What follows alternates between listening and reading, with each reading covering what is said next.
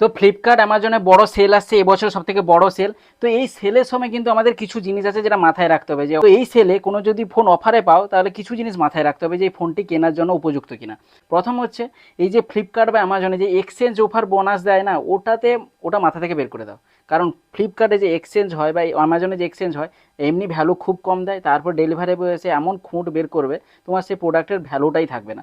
আর second তথ্য হচ্ছে যে যত কম দামে দিক না কেন, 64 জিবি ভেরিয়েন্টের কোনো ফোন কিন্তু হঠাৎ করে পছন্দ করতে যাবে না।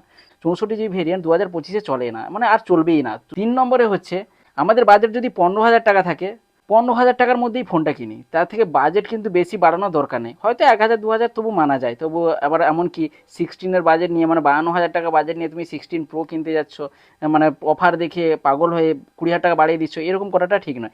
যতটুকু বাজেট আছে ততটুকুই বাজেটে ফোন কেনাটা উচিত, ওভার প্রাইসড মোটেও দরকার নেই। তারপরে হচ্ছে নো কস্ট ইএমআই, যে অনেক সময় অফার দেয় যে নো কস্ট ইএমআইতে তোমরা 12 মাসে ইএমআইতে পেয়ে যাবে। তো এটা কিন্তু একটা স্ক্যাম। অনেক ব্যাংক নো কস্ট ইএমআই তো বলে, কিন্তু পরে কিন্তু চার্জ বসিয়ে নেয়। তো অনেক ব্যাংকই করে, নো কস্ট ইএমআইয়ের ফাঁদে পড়ার মোটেও দরকার নেই।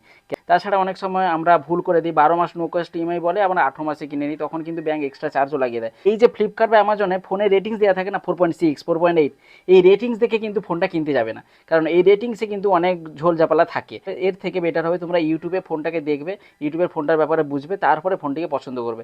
আর মোস্ট ইম্পর্টেন্ট, কিন্তু তোমরা কারোর না কারোর ক্রেডিট কার্ড জোগাড় করে রাখবে। যদি কোনো ভালো অফারে ফোন কিনতে চাও, বড় বড় ফ্ল্যাগশিপ ফোন, তাহলে কারো না কারোর ক্রেডিট কার্ড জোগাড় করে রাখবে। এই কটা তথ্য মাথায় রাখলেই ফ্লিপকার্ট অ্যামাজনের সেলটাকে এনজয় করতে পারবে।